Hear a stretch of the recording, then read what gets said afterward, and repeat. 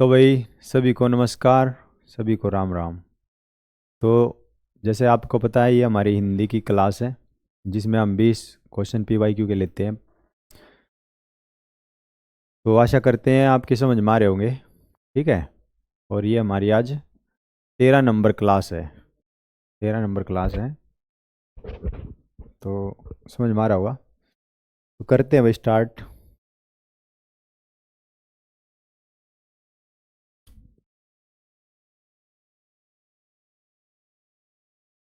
तो इसमें पहला जो प्रश्न है वो है राई का डैश बनाना।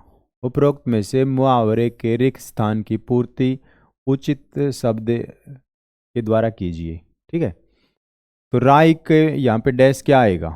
तो सीधा सा इसमें तो सबने पता है, राई का पहाड़ बनाना। ठीक है। राई का घर बनाना नहीं होगा, किला बनाना नहीं होगा, दीवार बनाना नहीं होगा, तो क्या बनाना? राई का पहाड़ बनाना, यानी कि छोटी सी बात का बड़ी बात बना देना, बात का बतंगड़ बना देना। ठीक है। तो अगला देखेंगे। ऊपर की ओर जाने वाला। उपरोक्त उपरोक्त वाक्यांश के लिए एक शब्द होगा, कौन सा? यानी कि जो ऊपर की ओर जाता हो उसको क्या बोलेंगे? ठीक है। तो इसमें उर्शक्त नहीं होगा। अच्छा, ऊर्ध्वगामी। ऊर्ध्वगामी। ठीक है।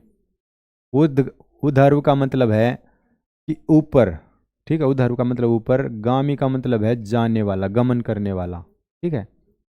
अस्ताचल ये कुछ है नहीं, उपाय ये भी नहीं। ठीक है। तो इसका क्या हो गया? उधर्वगामी। तो ऊपर की ओर जाने वाला कौन सा होगा? उधर्वगामी। तो आप भी ट्राई करा करो। अगला है, निम्न में से कौन सा शब्द कमल शब्द का पर्यायवाची है? तो कमल का पर्यायवाची कौन सा है? तो यहाँ पे नीरद भी है, राजीव भी है, जलद भी है। तो ये आना चाहिए था कि कौन सा इसमें कमल शब्द का पर्यायवाची नहीं है। तो यहाँ पे नहीं आना चाहिए था भाई। तो यहाँ पर आना चाहिए था नहीं।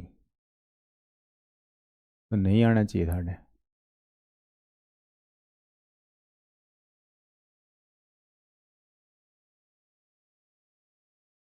पर्यायवाची नहीं है, याद आया? नहीं है। ठीक है। तो कौन सा नहीं है? क्योंकि नीरद भी इसका पर्यायवाची है, और राजीव भी है, जलद भी है।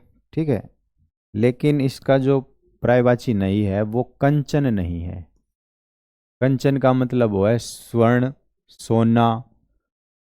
ठीक है। सुंदर, कंचन काया, सुंदर काया वाला। ठीक है। तो ये होगा इसका आंसर, होगा इसका बी। अगला देखेंगे। राहुल का बेटा नित्य उन्नति की ओर अग्रसर है। उपरोक्त वाक्य में रेखांकित शब्द का उपयुक्त विलोम शब्द निम्न में से क्या होगा? ठीक है। तो इसका उन्नति का उल्टा बताना है। ठीक है। विलोम बताना है।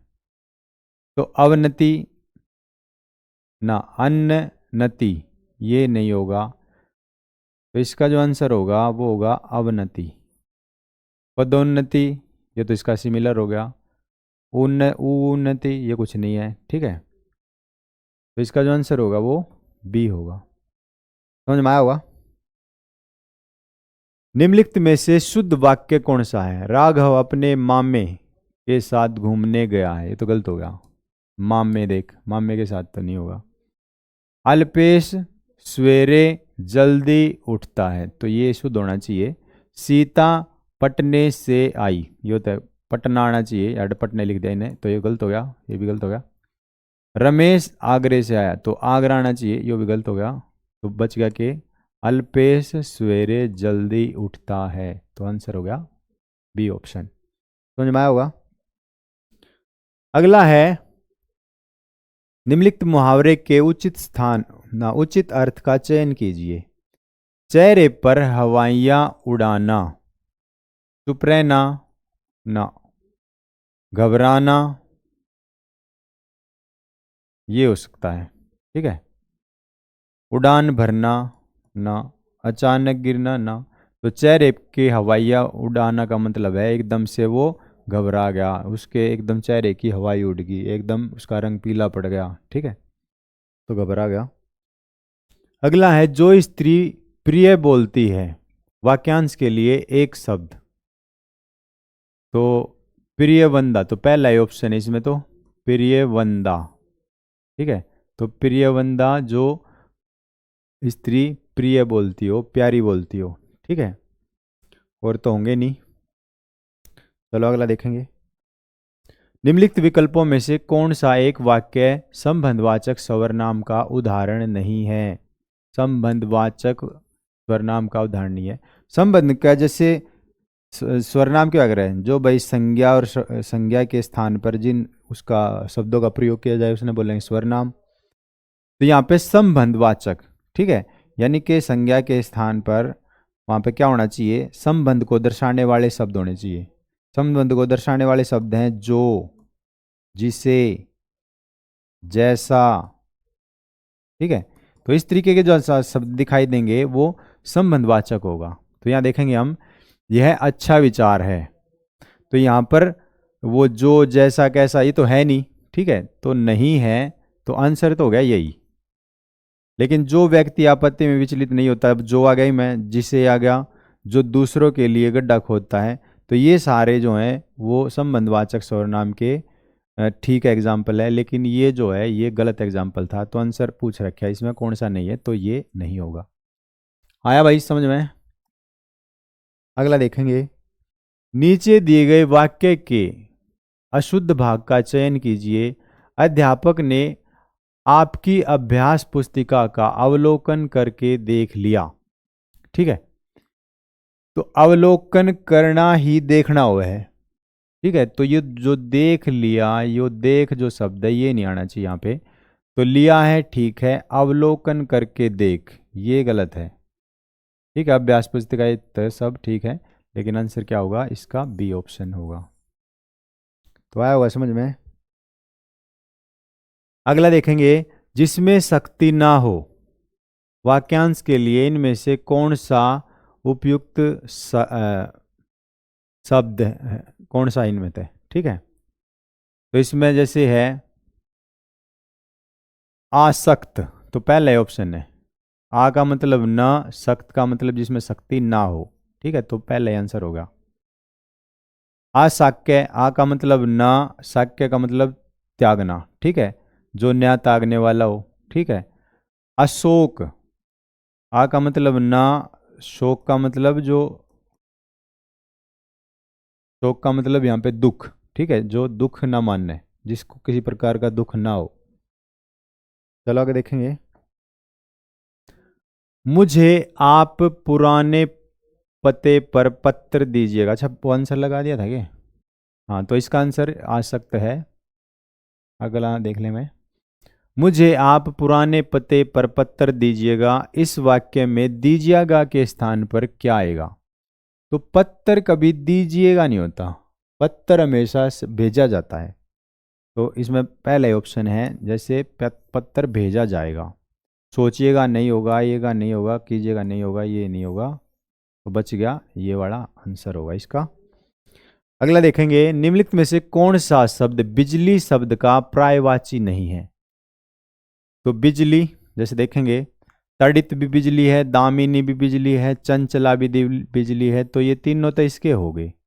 तटनी ये होगा, मतलब ये इसका पर्यायवाची नहीं होगा। तो तटनी हुआ है, जैसे तट, सरिता, ठीक है, नदी के बारे में बात कर रहा हो। आया होगा समझ में? निम्नलिखित में से किस विकल्प में स्वरनाम शब्द त्रुटिपूर्ण है? आप लोग बहुत बड़े आदमी हैं, तो ये बात तो सही है। तुम बहुत बड़े व्यस्त, तुम तो बहुत व्यस्त हो। हमारे से अब यह सब नहीं होगा, तो हमारे नहीं होगा यहाँ पर, हमसे यह सब नहीं होगा, ठीक है, तो इसका आंसर होगा सी। अगला देखेंगे। निम्नलिखित वाक्य में अशुद्धि पहचाने, आपकी घड़ी में के बजे हैं? तो यहाँ पर के नहीं होगा, यहाँ पर होगा कितने बजे हैं। तो बजे ठीक है, आपकी भी ठीक है, घड़ी ठीक है, ये गलत है। तो आंसर होगा ये वाला। अरे रुक, अगला है यह घटना अद्भुत है। उक्त वाक्य में प्रयुक्त अद्भुत के स्थान पर उसके समानार्थी शब्द का प्रयोग निम्नलिखित में से किस वाक्य में नहीं किया गया। ठीक है, तो अद्भुत, यह घटना अद्भुत है, तो अद्भुत का यहाँ पे समानार्थी दूसरा बताना है। तो अद्भुत आश्चर्यजनक है, ये तो है। यह घटना भयानक है, तो आंसर तो हो गया ये, क्योंकि अद्भुत का भयानक से कोई संबंध नहीं है।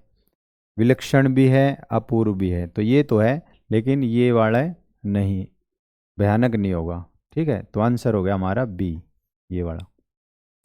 तो आगे चलें। पृथ्वी के ऊपर वायुमंडल के स्ट्रेटोस्फेयर में ओजोन गैस की एक मोटी परत है। यह धरती के जीवन की रक्षा कवच है, जिससे डैश डैश शनि ग्रह नहीं होगा, सूर्य से आंसर होगा सूर्य से आने वाली हानिकारक डैश डैश